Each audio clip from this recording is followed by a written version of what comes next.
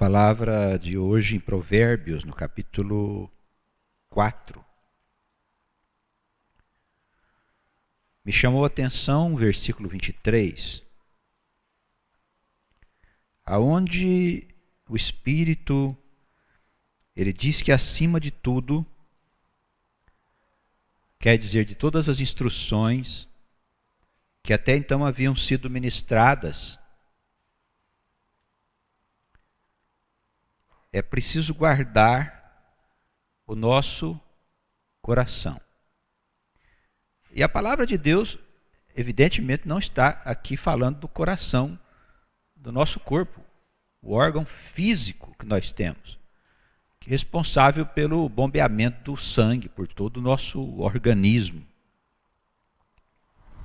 Nós sabemos que o coração, ele representa aqui a sede do pensamento, dos sentimentos. Ou seja, é uma forma de se referir ao nosso mundo interior, aonde está a alma, com seus valores, com seus defeitos, na presente situação em que ela se encontra. Ali está o patrimônio da alma, e a alma precisa zelar cuidadosamente do seu coração, do seu mundo interior, do seu mundo interno. Porque desta fonte, procedem as fontes da vida. Isso significa que, de acordo com as condições do nosso coração, é que será a nossa vida. A vida, ela nasce de dentro para fora, não é de fora para dentro. Por isso que não adianta nada nós fazermos alguma coisa fora de nós, seja o que for, para justificar o que está dentro de nós. Deus não se agrada de nada que nós façamos exteriormente. Embora os procedimentos possam ser feitos na infância espiritual das almas, quando a alma ainda não consegue entender a grandiosidade desses ensinamentos, mas na medida em que a alma avança, ela começa a entender que o que move a vida não está fora dela. Seria fácil para a gente fazer alguma coisa fora de nós, não importa o que seja, para que nós pudéssemos encontrar a nossa felicidade ou realizar os nossos desejos e sonhos.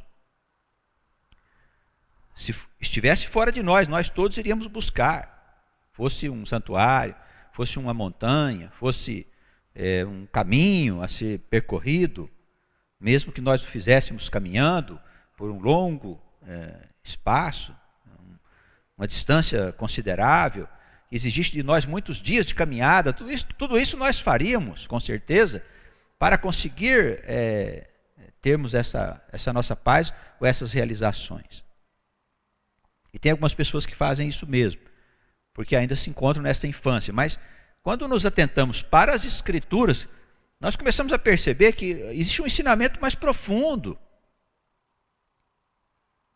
E essa dualidade de coisas está sempre presente na interpretação dos textos sagrados.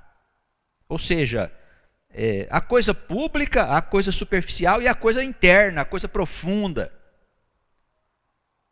E o que Deus deseja? Que nós deixemos a infância e entremos na fase da nossa maturidade. Ele não quer que a gente permaneça criança, em termos espirituais. Então Deus quer que a gente deixe as promessas, a subida no monte, a caminhada pelo caminho de Santiago, etc. Enfim, tudo aquilo que caracteriza a fé exterior, para que a gente possa conhecer essa outra força interior, porque é ela que verdadeiramente move a vida. Um versículo só nos revela a profundidade das coisas. Vamos abrir o livro de Marcos, o Evangelho, no seu capítulo 7, aonde Jesus trata exatamente deste assunto.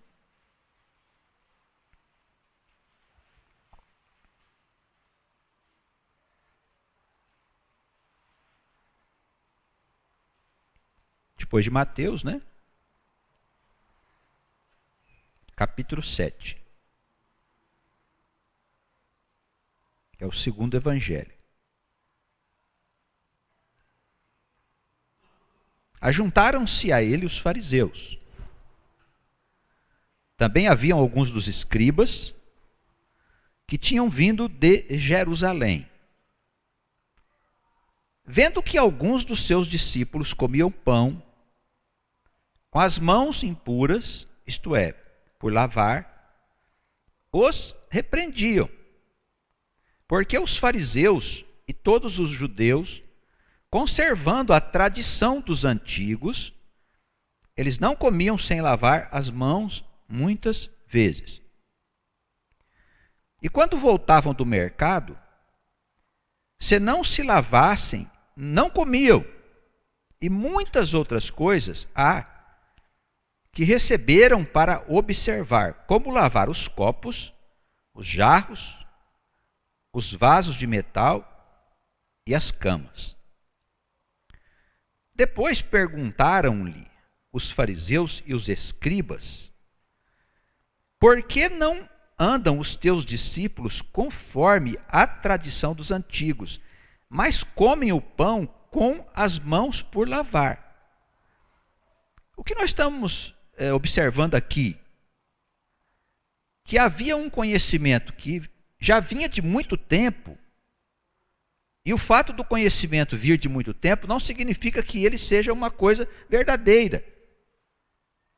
Nesse caso apresentado pelos fariseus e pelos escribas, nós percebemos que havia na tradição uma preocupação com a higiene. Os irmãos percebem? Eles, antes de fazer as refeições, eles lavavam as mãos muitas vezes.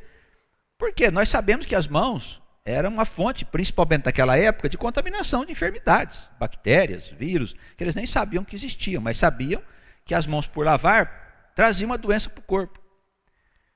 Também limpavam muito os jarros, os utensílios, as camas, porque tudo isso, se estivesse sujo, transmitiria uma enfermidade. Era possível que isso viesse a acontecer. Nenhum de nós vai condenar as pessoas que lavam as mãos, ou os jarros, e os copos e as camas, para que elas não peguem algum tipo de enfermidade. Porém, Jesus não veio tratar das coisas que estão fora de nós. E nós aqui avançamos naquele pensamento de Provérbios, aonde o coração precisa ser cuidado, que está dentro de nós. E Jesus veio tratar exatamente do que está dentro de nós, não do que está fora. E os fariseus e os judeus, de uma forma geral, eles praticavam a sua religião justamente desse modo, mais se preocupando com o exterior e com as coisas que tinham interesse para a vida temporal, do que as coisas ligadas à eternidade da alma. Jesus vem tratar da outra parte, da parte interna. E daí o conflito. E eles perguntaram para Jesus: por que é que os seus discípulos não lavam as mãos, como fazem todos os outros, observando a tradição dos anciãos, né, dos antigos? Jesus então responde para eles, no versículo 6, Jesus era até um pouco indelicado, né? Ele diz assim: bem profetizou Isaías acerca de vós, hipócritas. Ele já disse aí uma palavra pesada, né? Hipócritas. Do jeito como está escrito: este povo honra-me com os lábios, mas o seu coração está longe de mim. Em vão, porém, me honram, ensinando doutrinas que são mandamentos de homens. Então, Jesus já esquenta ali o discurso, né? Eu imagino que deve ter criado um clima esquisito naquela hora, né? O pessoal esperava dele uma instrução e ele já chamou o pessoal de hipócrita. Vocês honram a Deus com os lábios. O que é os lábios? É para fora. Mas dentro do coração estão longe. Então, nós precisamos nos atentar aqui, irmãos, para esses dois aspectos da vida com Deus. O aspecto exterior, que é o menos importante. Não quer dizer que não seja importante, mas é o que tem menos importância, porque esse aspecto ele não movimenta a vida. O que faz a vida acontecer é o que está dentro de nós. É dentro do nosso coração que provém as fontes da vida. É ali que nasce o poder de transformar todas as coisas. Por isso, é mais importante cuidar da interioridade da nossa alma do que da parte exterior. Os fariseus gostavam, e até hoje ainda os judeus, eles gostavam de vestir vestes talares, que dizia aquelas batas, e andava com a lei pendurada na testa, andam até hoje ainda, os filactérios, né? Até hoje eles andam. Davam uma grande importância à vida exterior, às coisas exteriores. No meio do cristianismo, por exemplo, nós observamos pessoas que acham que devem ir de terno na igreja, porque é importante falar com Deus estando bem vestido. Amém, tudo certo, não tem nada contra, mas isso não faz parte daquilo que verdadeiramente importa. Embora tenha uma importância relativa, nós irmos bem vestidos na comunidade, para as coisas da vida interna, que é o que move a vida, não tem importância nenhuma, tanto faz ser vestido com uma roupa ou com outra, não tem absolutamente nenhum peso nas coisas que vão movimentar a vida. Embora possa trazer para a pessoa que usa uma roupa bonitinha e tal na igreja, uma sensação de bem-estar. Mas tudo isso não passa das impressões exteriores. A parte interior pode estar carente, pode estar necessitada. Por isso, quando na igreja, ou na sinagoga, ou na comunidade se faz muita referência ao que se deve ter por fora, nós estamos nos afastando do caminho de Jesus, que só cuidava daquilo que estava dentro de nós. Ele não dava qualquer importância para os aspectos exteriores da vida. Pode ler a vida do Senhor nos 4 evangelhos, você vai ver que ele não se importava com nada que tinha a ver com o mundo exterior. Por quê? Porque dentro do homem está o poder. É ali que está a força. E se nós vamos tratar com Deus, nós precisamos de mover o nosso mundo interior. Não há nada que se faça fora de nós que possa mover o mundo interior. É como eu disse, se houvesse, nós correríamos atrás. Nós faríamos qualquer coisa.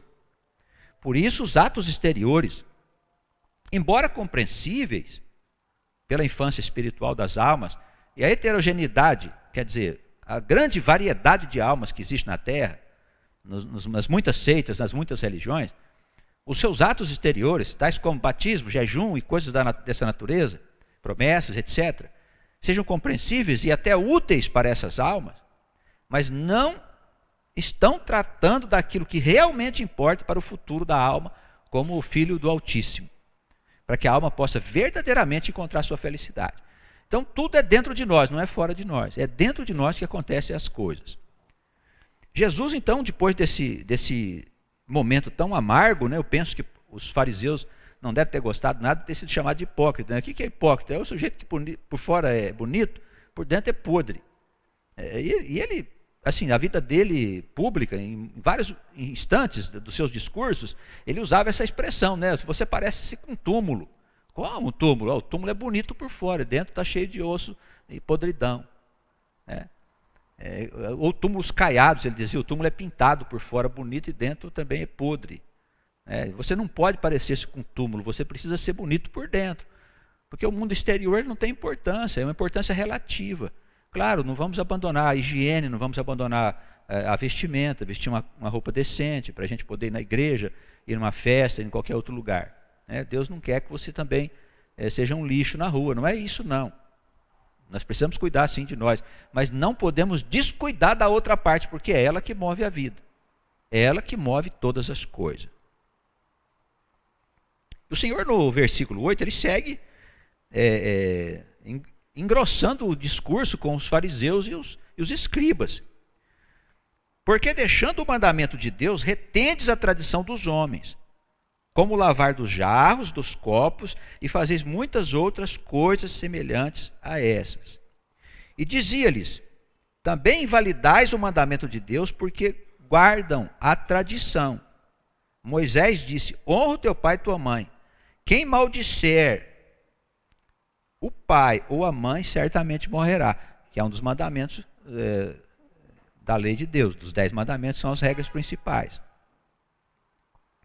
Vós, porém, ele disse para eles, dizeis, se um homem disser ao pai ou à mãe, aquilo que poderias aproveitar de mim é corbã, isto é, oferta ao Senhor, nada mais lhe deixais fazer por seu pai ou por sua mãe, invalidando assim de Deus pela vossa tradição a palavra que foi ensinada, que foi ordenada. E muitas outras coisas faziam oferta ao templo, ele não precisava ajudar os seus pais. Olha como a coisa pode ser distorcida, né? Ao longo do tempo, um vai acrescenta uma coisa, um arranja para cá, os anos vão passando, os líderes vão sendo substituídos e as coisas vão sendo arranjadas para um lado e para o outro, a ponto da tradição cancelar o mandamento de Moisés, que mandava honrar pai e mãe. Então eles criaram essa regra, corbã é a oferta. Você faz uma oferta para o templo, você não precisa ajudar seus pais. Olha que coisa mais fora de propósito, né, que Jesus apresenta para eles. Diz, olha, toma cuidado com as tradições, porque pela tradição vocês estão cancelando os mandamentos do Pai. Era grave o que estava acontecendo. Aí o Senhor diz aqui, não há fora do homem, isso é importante para nós, versículo 15, tem a ver com Provérbios, né, que foi visto hoje. Não há fora do homem coisa alguma que entrando nele o possa contaminar. Aí o que Jesus está falando? Olha, não estamos tratando dos germes, das bactérias e dos vírus. Ele está tratando de uma outra coisa que contamina o homem. Porque, evidentemente, pelas mãos sujas, nós podemos se contaminar, né, com uma bactéria e ter uma diarreia, etc. e tal. E ficarmos doentes. Mas o Senhor não está falando dessa contaminação. Ele está falando de outra coisa importante que tem a ver com o mundo interior de cada um de nós. Ele diz assim, não há nada fora do homem que entrando nele o possa contaminar. Mas o que sai do homem, isso o contamina. O que sai, o que é que sai do homem? Os discípulos, né, eles eram muito simplórios ainda naquela época, eles eram ainda despreparados, né, eles só vão amadurecer mais tarde. Eles acharam que Jesus estava se referindo às fezes. Olha só, como é que a coisa era difícil de explicar, né? Então o Senhor disse assim, se alguém tem ouvidos para ouvir, que ouça. Eu estou falando de uma coisa que é um ensinamento profundo. Ele não é um ensinamento comum. Não é um ensinamento que as pessoas comuns, elas entendem. É uma coisa diferente daquilo que tradicionalmente se anuncia dentro da casa do Senhor. Por isso ele coloca aqui assim, quem tem ouvidos para ouvir, que ouça. Quem puder entender, que entenda. Quando ele saiu dali, diz aí o versículo 17, deixou a multidão, ele foi para casa. Os discípulos foram atrás dele e o interrogaram acerca da parábola que ele tinha falado, da questão do contaminar o homem com uma coisa que não era sujeira. E que eles pensavam que Jesus estava falando da comida que entra na boca e que é lançado fora depois, segundo as palavras do próprio Senhor. Interrogaram o Senhor no versículo 18, a narrativa de Marcos diz que o Senhor respondeu assim, vocês também estão sem entendimento. E o que ele quis dizer ali? Vocês são os meus discípulos. Né? Vocês também estão sem entendimento? Não entenderam ainda, né? Eles eram muito imaturos, despreparados. Naquele tempo havia só, talvez alguns meses, ou 1 ano, ou 2 anos, que estavam com Jesus. Jesus só teve 3 anos de vida pública, 3 anos. Então, quem conviveu com ele como discípulo, não teve tempo para aprender muita coisa com ele, né? Mas ele não tinha muita paciência também, não. Vocês ainda não entenderam isso? Não compreendeis que tudo que de fora entra no homem não pode contaminar, porque não entra no seu coração, mas no ventre. Ele está falando de 2 coisas. Não entra no seu coração, mas no ventre. A comida não faz mal para a alma. A comida pode fazer mal para o corpo, mas não para a alma. Jesus tratava da saúde da alma, ele não tratava da saúde do corpo. Os irmãos percebem? Ele trata de 2 coisas. É fácil da gente entender a importância de zelar do nosso coração, do nosso mundo interno.